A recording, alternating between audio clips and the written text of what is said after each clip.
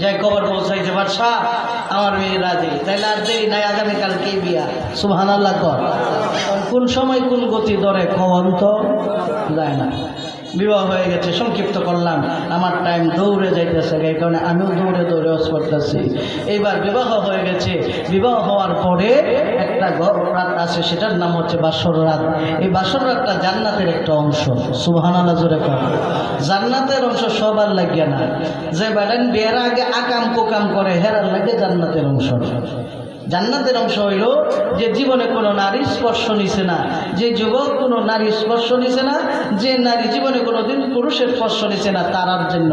আর এরা তো আগেই কামাই করে দিয়েছে। কথা কোন ঠিক কিনা? সমাজে আসে না নাই? আসে না নাই? এই জন্য সন্তানাদিদেরকে খুব সাবধানতা অবলম্বন করবেন। সন্তান মানুষ করা এখন খুব কঠিন। ডাক দিয়ে বলে, বাবা ঠিক আছে, আমাকে বিদায় দেন, আমি শ্বশুর বাড়ি চললাম। রাত্রবেলা যখন বাসর ঘরের মধ্যে বসা, হঠাৎ করে বাদশার ছেড়ে দরজা না কইরে ভিতরে ঢুকে পড়ছে। মেয়েটা ডাক দিয়া বলে, কে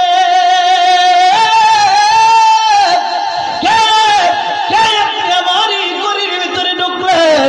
জানতে বড় মনে চায়। ডাক দিয়া কয়, বিবি রে, ও বিবি, আমি তো তোমার স্বামী। কয়, স্বামী হয়েছেন তো কি হয়েছে? আমার ঘরের ভিতরে যে আপনি আসলেন, আমার ঘরে আসার আগে সালাম দিলেন না কেন? অনুমতি নিলেন না কেন? জোরে জোরে কন্যা সুবহানাল্লাহ। সালামও দিলেন না, অনুমতিও নিলেন না, ব্যাপারটা কি? আমার ঘরে ঢুকাম, আমি অনুমতির দরকার কি? আমার ঘরে আমি ঢুকবো, অনুমতির দরকার কি? ডাক দিয়ে কয়, না, আগের আইন এখন আর চলবে না, এখন নতুন আইন, কোরআনের আইন চলবে। জোরে জোরে করেন আল্লাহু আকবার। কারণ সমাধান চাও যদি জীবনে, মরণে ফিরে চাও বুঝে নাও, চোখ রাখো কোরআনে। সমাধান চাও যদি জীবনে, মরণে ফিরে চাও বুঝে নাও, চোখ রাখো কোরআনে। তবেই পাবে সুখ শান্তির ঠিকানা, তবেই পাবে সুখ শান্তির ঠিকানা, যদি মেনে নাও তুমি মনে প্রাণে। সমাধান সমাধান চাও যদি জীবনে, মরণে ফিরে চাও বুঝে নাও, চোখ রাখো কোরআনে। কথা কোন ঠিক কিনা? এই বাণী সকলের নয়, শুধু মুমিনের, যারাই চলবে মেনে ফল পাবে কোরআনের। এই বাণী সকলের নয়, শুধু মুমিনের, যারাই চলবে মেনে ফল পাবে কোরআনের। করে পড়ো কিবা রাস্তে পড়ো, করে পড়ো কিবা রাস্তে পড়ো, অশান্তি দূর করে শান্তি আনে। সমাধান সমাধান চাও যদি জীবনে, মরণে ফিরে চাও বুঝে নাও, চোখ রাখো কোরআনে। কথা কোন ঠিক কিনা? আওয়াজ দিয়ে বলেন ঠিক কিনা? এদের কোরআন যতদিন পর্যন্ত সমাজে প্রতিষ্ঠিত না হবে, ততদিন যতই শান্তি গোজেন, শান্তি আসবে না। আগের আইন শেষ, নতুন আইন। অনুমতি নিবেন, সালাম দিবেন। বেচারা মনে করছে রে বাসর রাত এমনি রাত শুরু, বাসর রাত বলে শুরু হয়ে যায়। ঠিক আছে, যাও আজকের মতো মাফ করবো না, মাফ নাই, বাইরে যান, বাইরে গিয়ে সালাম দিয়ে ঘরের ভিতরে আসবেন। সুবহানাল্লাহ। বেকায়দার মধ্যে পড়ছি, মানুষের শুনলেও সরব। বাহিরে গিয়ে সালাম দিয়েছে, বিবি কেছে ওয়ালাইকুম সালাম, ভিতরে আসে। ভিতরে নিয়ে ঢুকাইছে, ঢুকায় খাটের মধ্যে বসায়া ডাক দিয়ে কয়, স্বামী, সালামের পর্ব শেষ, এখন কালামের পর্ব। সুবহানাল্লাহ বলে। আসসালামু কাবলাল কালাম, আগে সালাম পরে কালাম, আগে সালাম পরে কথা। কথাবার্তা শুরু করে দিছে। কথাবার্তা শুরুর পরে ডাক দিয়া কয়, বিবি কি বলবো, তাড়াতাড়ি কও। কয়, দুইটা কথা কইতাম। সুবহানাল্লাহ। কয়টা কথা? কয় কথা? দুই কথা কয়ে আমার অশেষ। কয় কথা? দুই কথা। দুই কথা কি? এক নাম্বার প্রশ্ন হইল, স্বামী, জীবনে কোনোদিন শুনছেন যে অপবিত্র অবস্থায় আল্লাহর কোরআনে দরন যায়? এটা কি শুনছেন? জোরে জোরে কন্যা সুবহানাল্লাহ। বেচারা কয়, এত সহজ প্রশ্ন, দুই ডেকের 200 করলেও তো সমস্যা নেই। ঠিক আছে বিবি, আই সর্বনাশ, ছোটবেলায় এই শীতের দিন উজু করন লাগবো, বাপ দিছিন মুক্তব, কিন্তু শীতের দিন উজু করতারছি না, মুক্তবও যাইতারছি না। জোরে জোরে কন্যা আল্লাহু আকবার। এই কারণে তো কোরআনই পড়তে পারছি না। তুমি তো এই কারণেই না করছিলে আমার কাছে বিবাহ অবস্থা। না না, এটা হইতো না। কয় আলহামদুলিল্লাহ, খুশি হইলাম। স্বামী 2 নম্বর প্রশ্নের জবাব দেন। 2 নম্বর প্রশ্নের জবাব কি? 2 নম্বর প্রশ্ন হচ্ছে, স্বামী জীবনে কোনোদিন অপবিত্র জিনিস আল্লাহ পাক রব্বুল আলামিনের কোরআনের সাথে রাখতে দেখছেননি। এখন তো সে বুঝেছে রে, অপবিত্র সে কোরআন রে কইতাছে না, আমি যে গোসল গোসল জানি না, আমি তো পবিত্র আমারে কইতাছে। জোরে জোরে কন্যা সুবহানাল্লাহ। কারণ আপনি কসকো সাবান দিয়ে, সুন্দর সাবান দিয়ে ঘষিয়া শরীরে যদি ফেনা উড়াইতে উড়াইতে সাবান 2 শেষ করেন, অজু গোসলের অজু 3টে ফরজ যদি আদায় না করেন, আপনার শরীর পাক হবে? কথা মানে পাক হবে নাকি? বহু মানুষ আছে শুক্রবার দিন নামাজ যায় কিন্তু শরীর পাক থাকে না। বাড়িতে হিসাব লয়ে দেখেন, বহুত মানুষ আছে, কারণ 3টা ফরজ যে আদায় করেন না, এই জন্য আপনার শরীর পাক হয় না। কষ্ট পাইছেন মনে হয়? কষ্ট পাইছে? আগামীকাল থেকে পাক পবিত্র হয়ে নামাজ পড়েন, আমিন কর। শর্ট করে বলতেছি আর কি। এবার ডাক দিয়া কয়, বিবি রে, এত বড় একটা লজ্জা তুমি আমারে দিলা। আচ্ছা ঠিক আছে, লজ্জা যেহেতু দিছ, আমার শরীরের মধ্যে তো বাদশাহী রক্ত। আব্বা এক কসম খাইছে তোমারে ঘরে আনছে, আমি আর এক কসম খাইলাম, তোমার উপযুক্ত যতদিন পর্যন্ত না হবো ততদিন পর্যন্ত তোমার বাসর ঘরে ঢুকবো না। জোরে জোরে করেন আল্লাহু আকবার। এখন তো কসম খাই আরো হেড ব্যাকল সাবজি, হাই রে যে কসম খাইছি অন্ত উপযুক্ত কেমনে হইয়াম। বিবি কয়, বুঝছে সূর্যে খাইছেন? তো কহ আল্লাহর নামে কসম যেহেতু খাইছি, বুঝছেই খাইছি। কই তাইলে কার হয়েছেন কেন লাগে বাইর হই? সুবহানাল্লাহ জোরে কর। আগে শর্ত পূরণ করে, এরপরে বাসর করে আসে। ডাক দিয়ে বলে, বিবি, বিবি রে বিদায় দে, বিদায় দে। আমি চলতে শুরু করলাম।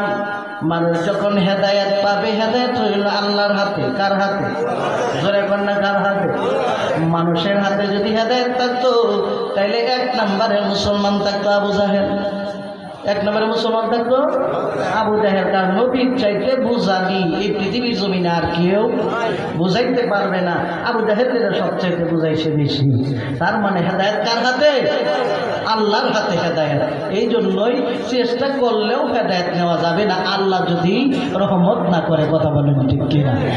এইবার তিনি জগৎ থেকে বের হয়ে যায়, ডাক দিয়ে কয়, বিবি, ও বিবি বিদায় দিয়ে চলতে শুরু করলাম। যতদিন পর্যন্ত উপযুক্ত না হই, ততদিন পর্যন্ত আমি আর ঘরের ভিতরে আসবো না। চোখের পানি ছেড়ে ছেড়ে বের হয়ে যায়। অন্যদিন যদি কোথাও বের হয় 8জন 10জন পুলিশ সাথে নিয়ে যায়, আজকে একলা একলা বের হয়ে যায়। পাহারাদার ডাক দিয়া কয়, কি ব্যাপার, এত রাত্রে তুমি কোথায়? এ বাচ্চার ছেলে, আপনি কোথায় যান? কয়, রাতের বেলায় আমার দরকার আছে। আমরা সাথে আসবো নি। কয়, না, আসার দরকার নাই।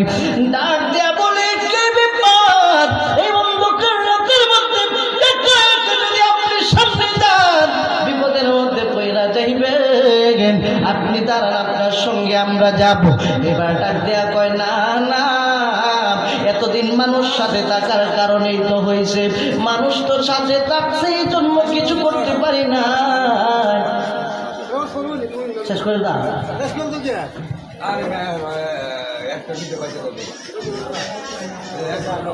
আচ্ছা ডাক্তার, শেষ করে লাগে, দরকার নেই না। আরে না না না, আমার কথা শোনেন, আরো বক্তা রয়েছে তো, এই জন্য। আচ্ছা দেখ, বহুদিনের পাগল আমি কামলে বাবাদের আর বন্ধুরারে, একেবারে সংক্ষিপ্ত আকাশ শর্ট করে দিয়ে শোনেন। যে পর্যন্ত বলা যায় হুজুর আসার আগ পর্যন্ত, এরপরে কিন্তু আদিয়া দিছে। আচ্ছা, মারহাবা। এইবার ঘর থেকে যখন বাহির হয়েছে, আল্লাহ যেদিন আপনাকে পথ দেখাবে, সেদিন অটোমেটিক পথে আসবেন। সুবহানাল্লাহ কর। এই ব্যক্তি হঠাৎ কইরা দেখে, যাইতে যাইতে যাইতে যাইতে মানুষ যখন আট দেশা হয়ে যায়, কমন সেন্স থাকে না, তখন কোন দিকে যে যায় এটা সে নিজেও জানে না। জঙ্গলার ভিতরে ঢুকে পড়ছে। জঙ্গলার ভিতরে যখন ঢুকছে, হঠাৎ কইরা শুনে কে যেন জঙ্গলার ভিতরে বৈশা বৈশা আল্লাহ নামে জিকির করে, লা ইলাহা লা ইলাহা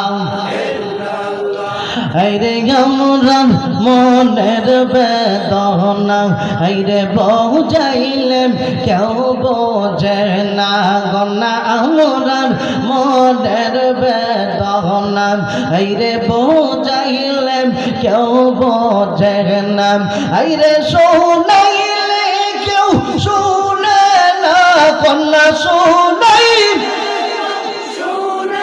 না শুনেন শাহে মদিনা লা ইলাহা নারে তাকবীর জোরে বলি নারে তাকবীর নারে রিসালাত করলে কেমনে পথ পায় এটা বললে শেষ। এবার তিনি কি করছে কি রে এত রাত্রে আমার মতো পাগল দেখা যায় আরো আছে আর না হয় গভীর রাতের জঙ্গলের মধ্যে মানুষ তাকে কি কারণে আর একটু কাছে যায় দেখে কেউ না তার ছোটবেলার বন্ধু সুবহানাল্লাহ জোরে কর বন্ধুটি দেখে চমকে আছে বন্ধু কি ব্যাপার তোমার এই অবস্থা কেন তুমি এখানে কি করো ওই বন্ধু রে আমারও তো কথা এটা তোমার তো বাসর করে থাকার কথা তুমি ন কেন সুবহানাল্লাহ কর ওই বন্ধুটি তো বন্ধুর কথা কন যায় সর্বের কথা রে বন্ধু এই কাম হয়েছে এই কাম আমি করছি ওহন তো আইসে একটা বিপদ হইলে এখন কি করা ওই তোমারে সাধারণ ডাক্তারের গেলে কাম হইতো না তোমারে পাঠানি লাগবো MBBS ডাক্তারের কাছে জোরে জোরে কোন আল্লাহু আকবার কারণ ক্যান্সার হইলে যদি এই বাজারের ডাক্তারের চিকিৎসা করে ভালো হইব কথা পায় নাকি ভালো হবে নাকি ওলি আল্লাহগণ হচ্ছে রূহের চিকিৎসক অন্তরের চিকিৎসক জোরে জোরে কোন আল্লাহু আকবার এবার ডাক দিয়া কয় বন্ধুরে ঠিক আছে তোমাকে আমি সঠিক জায়গায় পাঠাচ্ছি শুনো শুধু এই কথাটাই বলে দে তোমাকে আমি এমন একজনের কাছে পাঠাইব যার কাছে গেলে মন বইরা তুমি যদি তার কাছে যাইতে পারো এই মানুষটার কাছে গেলে অজানাকে জানা যায় অচিনাকে চেনা যায় অধরাকে ধরা যায় তার কাছে গেলে আল্লাহ পাকের পক্ষ থেকে একটা না একটা ফায়সালা চলে আসবে জোরে জোরে কোন আল্লাহু আকবার ডাকতে বলে নাম কি ওই নাম অন্য কিছু নয় নাম হইল আব্দুল কাদের জিলানী সুবহানাল্লাহ রাস্তে গোল এই বড় পীর আব্দুল কাদের জিলানী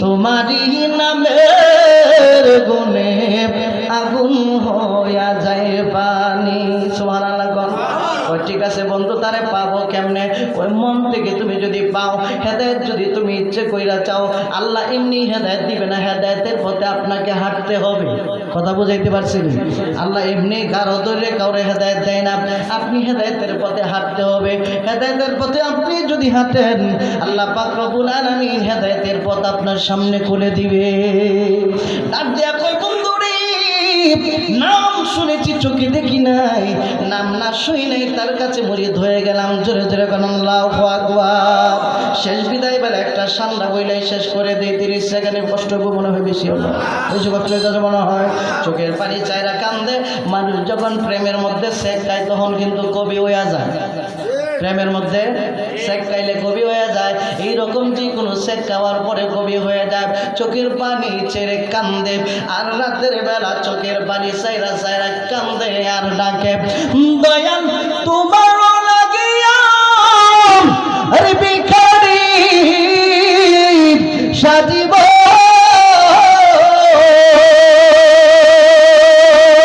ওরে সহিবাম দেব আমার মন প্রাণ মুর্শিদ সহিবাম দেব আমার মন প্রাণ তুমি কোন দেশে রইলা রে মুর্শিদ চান তুমি কোন দেশে রইলা রে দয়াল চান ওয়াকুনু মা'আস সাদিকিন